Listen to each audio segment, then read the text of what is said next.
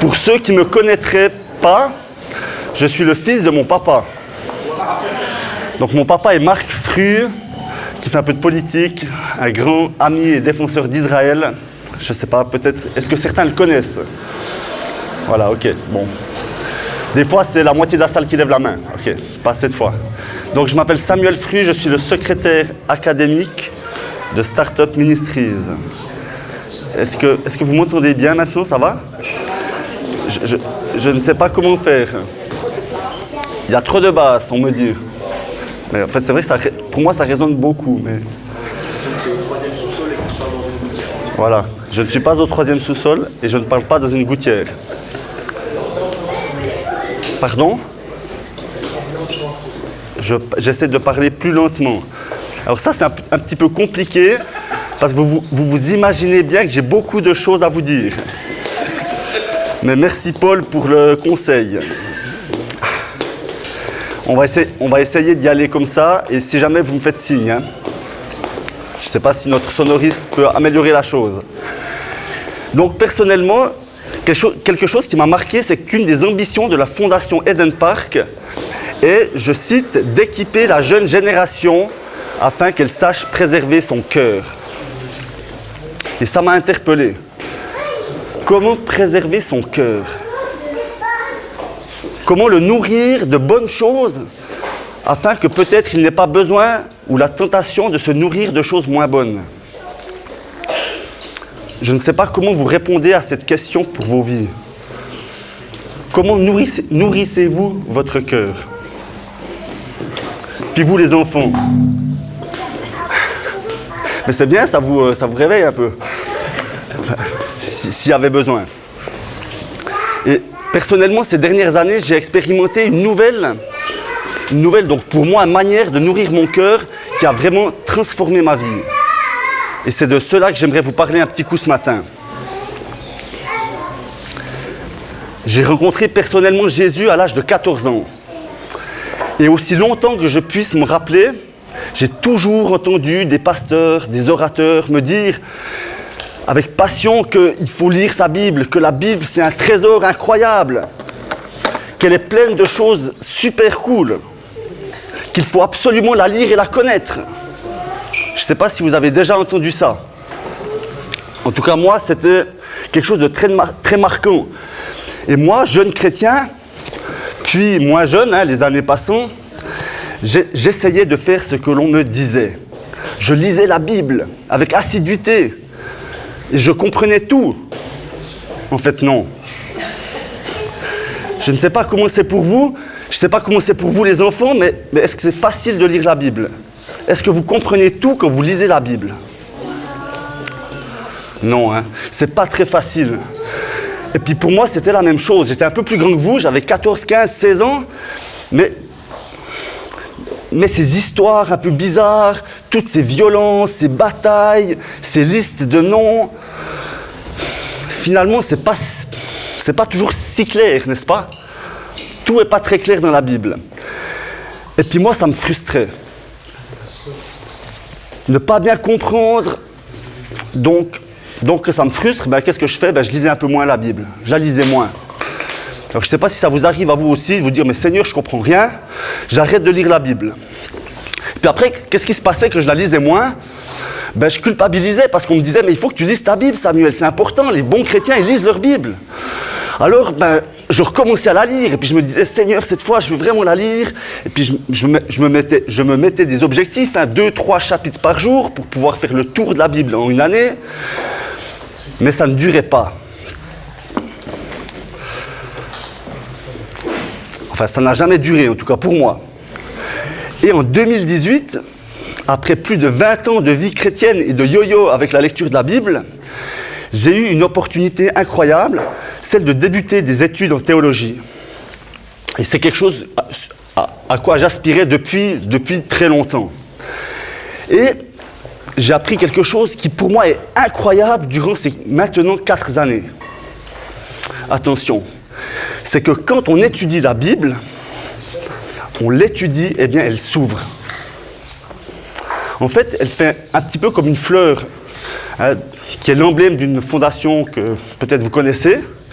Ou bien peut-être une boîte de chocolat. Tant qu'elle est fermée, c'est pas hyper stimulant. Mais une fois qu'elle s'ouvre, ça devient hyper intéressant. Et c'est ce qui s'est passé pour moi avec la Bible.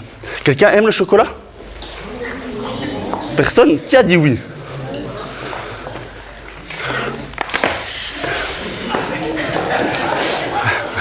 Je ne sais pas si c'était toi qui avais dit oui, mais... T'as de la chance, je ne peux pas tenir la boîte de chocolat et la Bible. Donc voilà, il a fallu faire un choix. Tu veux la Bible aussi? Donc pour moi, la Bible, en apprenant à l'étudier, elle s'est ouverte. Un petit peu. Et j'y ai fait une rencontre inattendue et merveilleuse. Qu'est-ce que vous pensez que j'ai pu découvrir de merveilleux dans la Bible? Vous avez une idée? L'amour, ouais, c'est possible. Mais c'est pas ça que je pensais. Une vocation. Une vocation, ah, on l'a entendu, mais non. Alors, aussi, mais pas seulement. En fait, j'ai découvert Jésus. Mais vous savez, pas Jésus comme on me racontait les histoires. Pas Jésus comme on me disait qu'il était. Mais Jésus comme la Bible, elle dit qu'il est. Comme la Bible le présente. Et ça, c'était tout différent. Et c'était tellement plus incroyable. Pendant des années et des années, la lecture de la Bible a été source de frustration et de déception pour moi. Mais aujourd'hui, au travers de son étude, elle est devenue source de révélation de qui est Dieu. Et vous savez, plus il se révèle, plus tu le connais, plus tu désires le connaître. Être comme lui. Il est tellement incroyable. Il est tellement fascinant. Il est Dieu. Et ça te remplit. Ça nourrit ton cœur.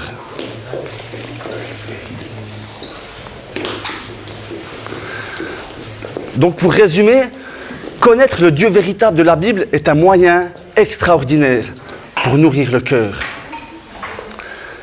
Puis là, vous vous dites, ok, mais... Alors je vous propose de prendre encore quelques minutes pour essayer de vous montrer comment ça peut être le cas avec un texte biblique passionnant. Donc je vous invite à lire Genèse 11, les versets 27 à 32.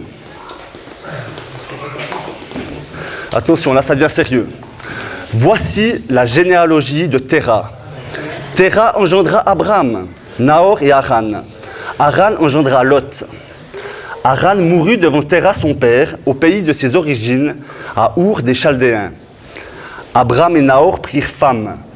La femme d'Abram se nommait Sarai et la femme de Nahor Milka, fille de Haran, père de Milka et père de Yiska. Sarai était stérile. Elle n'avait pas d'enfant. Téra prit son fils Abram, son petit-fils Lot, fils de Haran, et sa belle-fille Sarai, femme d'Abram, son fils. Ils quittèrent ensemble Our des Chaldéens pour se rendre en Canaan. Ils arrivèrent à Haran et ils s'y installèrent. Les jours de Téra furent de 205 ans, puis Téra mourut à Haran. Waouh, la Bible, c'est passionnant, n'est-ce pas? C'est génial! Ah, ce texte, Seigneur, il me touche! Ah, en tout cas, Paul, il est... je sens qu'il est... En fait, moi, j'appelle ça un texte barbare. Parce que je trouve que c'est un peu barbare. C'est le genre de texte, on le lit... Et on se dit, ouais bon, c'est quoi ça? Je n'y comprends rien. Et normalement, qu'est-ce qu'on fait là? On continue, hein. On ne s'arrête pas trop. Je vous rappelle qu'on doit lire nos 2-3 chapitres par jour, sinon on ne tient pas la cadence, donc il faut que ça avance. Pas trop le temps de se poser des questions. Mais en même temps, si l'auteur du texte l'a mis là, ce n'est peut-être pas pour rien. Alors on se dit, bon, je m'arrête un coup. Et on constate que c'est un texte qui parle, je pense que vous l'avez peut-être remarqué, du contexte de la vie d'Abraham. Enfin, d'Abraham. Hein? Puis après, on le relit une fois, 2 fois, et on constate qu'il y a des répétitions, qu'il y a beaucoup de pronoms possessifs, qu'il y a des noms de personnes, de villes qu'on ne connaît pas. Donc voilà, ça ne nous aide pas beaucoup. Mais on peut quand même ressortir 3 choses que je trouve très intéressantes dans ce texte. Premièrement, c'est que le père de cette famille, il a une forte mainmise sur elle. Hein. Il ne veut pas la lâcher, il ne veut pas la libérer. On voit, il y a une répétition des pronoms possessifs. Hein. C'est son fils, sa fille, sa belle-fille, son ça, ça. On n'est pas du tout dans l'idéal de Genèse 2,24, hein, où l'homme quitte son père et sa mère pour s'unir à sa femme. Là, le papa, il n'accepte pas que ses enfants le quittent. Il les prend, il veut les posséder. Je n'ai pas le temps de trop développer, mais ce texte appuie vraiment cette dimension de, on dirait aujourd'hui, de relations fusionnelles, dysfonctionnelles, peut-être même malsaines. On parlerait peut-être d'un environnement familial toxique. C'est sûrement des mots que vous avez entendus. Et il y a une deuxième chose marquante, c'est que c'est un contexte qui est marqué par la mort. Hein? Haran, le fils cadet de la famille, il décède devant son père. Ça c'est intéressant, mais c'est trop compliqué. Sarai, la femme d'Abraham, elle est stérile. Donc là aussi, synonyme de mort. Donc en plus d'avoir des relations dysfonctionnelles, tout un environnement toxique, c'est un environnement de mort. Cette famille, elle pue la mort.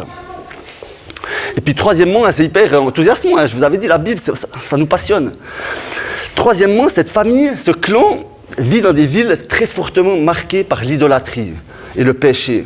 C'est des villes qui sont réputées dans l'Antiquité pour avoir des lieux de culte, entre autres de la Lune. C'est aussi tout proche de Babel, hein. Je ne sais pas si vous vous rappelez la tour de Babel. Donc il y a tout un contexte idolâtre là autour. En plus d'être marqué par la mort et toxique.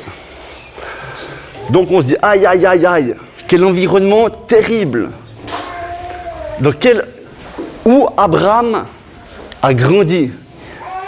C'est vraiment pas drôle. Mais finalement, on ne choisit pas de chance. N'est-ce pas? Puis peut-être que ce contexte, il te fait penser au tien, ou un peu peut-être, ou pas, j'espère, ou à celui de quelqu'un que tu connais, ou à celui d'un des enfants que tu suis. Là, ça nous ramène un peu à aujourd'hui. Aujourd'hui aussi, il y a des contextes de vie, de famille qui sont terribles. Et ce qui est intéressant là, c'est que quand on apprend à étudier la Bible, on apprend à remettre les textes dans leur contexte. Et là, je vous prie de m'excuser pour le mot qui va suivre, mais quel contexte de haine, quel contexte terrible. Mais quel espoir en même temps pour nous et pour notre monde. Abraham, vous savez Abraham, le héros de la foi, le père de la nation d'Israël. Ses 75 premières années ont été marquées par la mort, l'idolâtrie, par des relations dysfonctionnelles, par tout un environnement toxique. Et malgré cela, indépendamment de cela, Dieu va l'utiliser. Il va en faire l'ancêtre d'un peuple nombreux qui va engendrer le Messie, Jésus-Christ. Un peuple qui va bénir et influencer le monde entier. Mais comme ce texte est barbare, mais comme le message de ce texte est glorieux. Et c'est ce que Dieu désire faire avec chacun d'entre nous. C'est ce qu'il désire faire avec toi, avec ta vie. Il veut t'offrir une vie nouvelle, une vie libérée de ton passé, de tes expériences, de tes erreurs, des choix de tes parents, de ton contexte de vie qui est peut-être terrible. Ton passé n'est pas un problème. Ton passé n'est pas un obstacle. Indépendamment de ton passé, le Dieu d'Abraham, le même Dieu désire aujourd'hui te faire entrer dans une vie nouvelle, dans une promesse extraordinaire qui s'étend au-delà de ce que tu peux imaginer. Et là, je ne sais pas vous, mais moi, ça me nourrit le cœur. Ces quelques versets, un peu rien à voir sur Abraham, ils peuvent vous toucher et vous transformer. Si vous laissez leur signification vous imprégner, plus jamais vous n'enfermerez un enfant ou un adulte dans des préjugés ou ne le stigmatiserez à cause de sa situation personnelle ou familiale chaotique ou peut-être même dramatique. Mais au contraire, vous croirez en lui. Vous l'accompagnerez avec patience et persévérance, le cœur rempli de foi et d'espérance.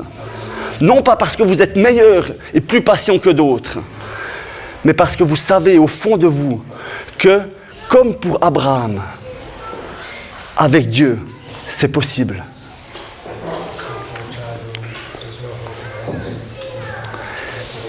Eden Park est une fondation chrétienne qui doit tirer son éthique, ses principes, sa méthode d'éducation, sa méthode d'enseignement, ses valeurs, d'une étude sérieuse, équilibrée et contextuelle de la Bible, source extraordinaire et intarissable de vie. Que Dieu vous bénisse.